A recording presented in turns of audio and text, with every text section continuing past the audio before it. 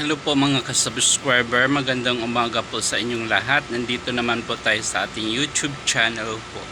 Bago ang lahat po mga kasubscriber, pindutin po ninyo ang notification bell para updated po kayo sa mga videos natin ngayon o bukas, o pindutin po ninyo ang notification bell at mag-subscribe po kayo, mag-likes, mag-share para updated po kayo sa lahat ng mga video ko.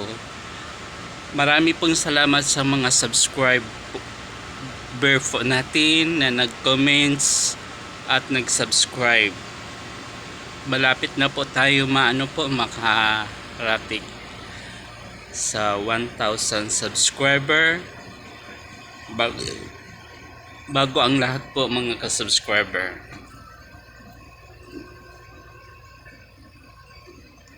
mag-subscribe muna kayo sa aking YouTube channel bago kayo manood. Sabi kasi ng analytics sa YouTube, maraming nanonood pero walang nagsasubscribe at walang nag-share. Dapat sana po mga ka-subscriber, mag-share kayo sa mga videos po natin para po naman na makatulong po kayo sa aking YouTube channel.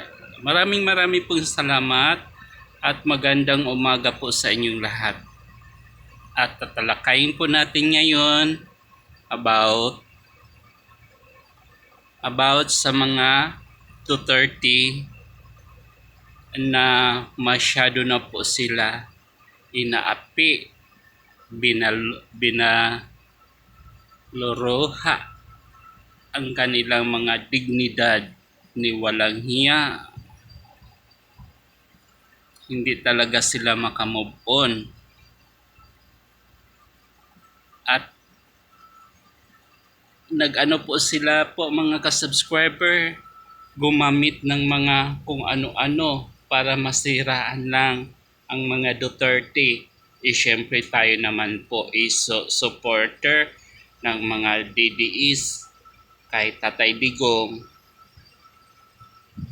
Siyempre naman po, bilang tulong natin, mag-upload po tayo at nire-react lang natin po ang nangyayari.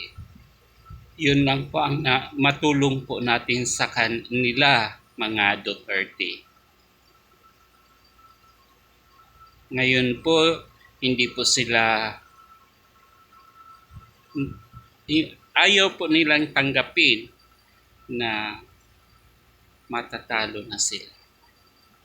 Dahil ngayon ang Tatay Digong natin makakalaya na.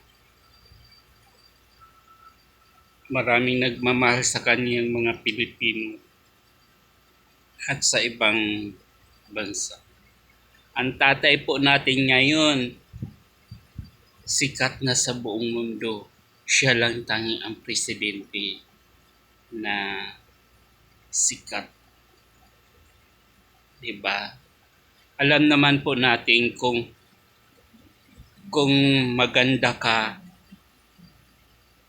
mamalakad sa iyong bansa, tinitingala ka talaga ng ibang bansa din. Maraming nagtitiwala sa iyo. At isa pa po mga ka-subscriber, kung nakulong po sana, kung masama lang po ang ating Tatay Digong, doon sa wala isa kahit ninuman ang magsusuporta. Katulad niyan sa ating Pangulo ngayon, siya ang nagpadakip, nagpautos. Hindi naman po pwede yan na mga kabayinite ang magdesisyon kung di siya talaga. Siyempre Pangulo po siya ng Pilipinas. Siya lang po ang tanging may karapatan na maghuli at dakbin. Ganun po yan mga ka-subscriber. Aywan ko kung itong Pangulo natin ngayon, si Bongbong Marcos, kung in case ibahin yung sitwasyon po. Si Tatay Digong is nakakalaya na, lumaya na. Ay siya, example lang po sa aking pananaw, sa aking motivation.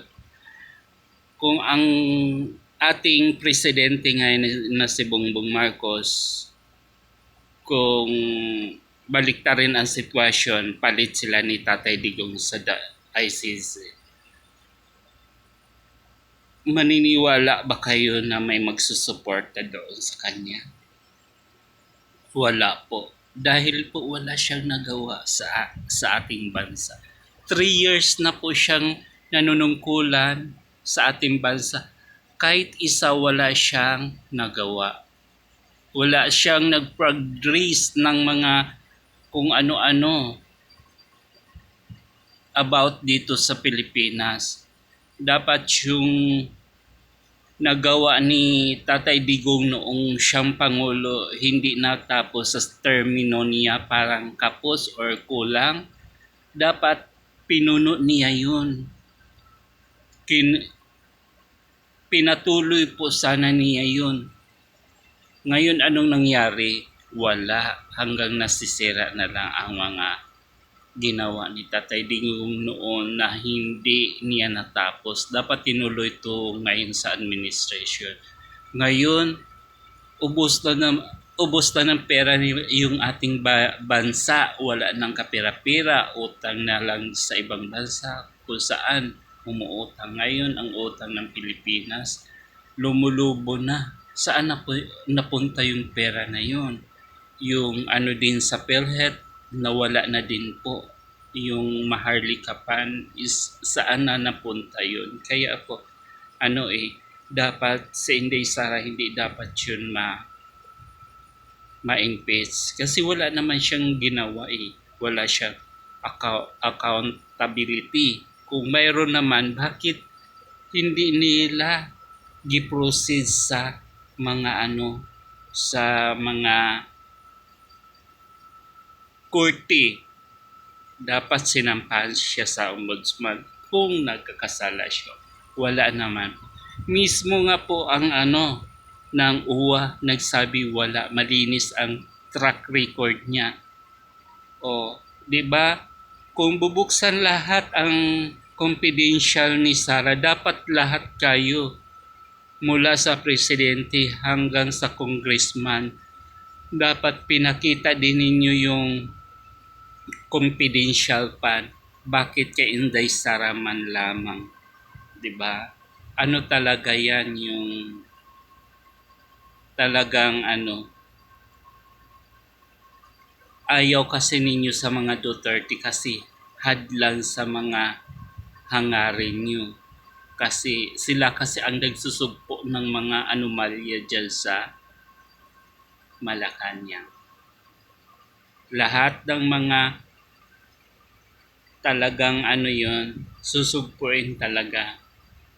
Hindi ninyo kaya ang mga Duterte na bayaran o suhulan man lang.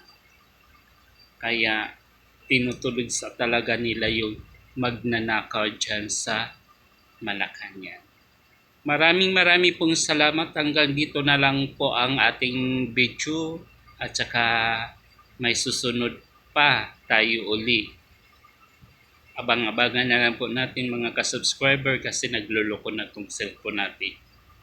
Hanggang 10 minutes or more hanggang dyan na lang kasi full storage kagad. Bye-bye! Bye-bye po mga ka-subscriber. Maraming salamat sa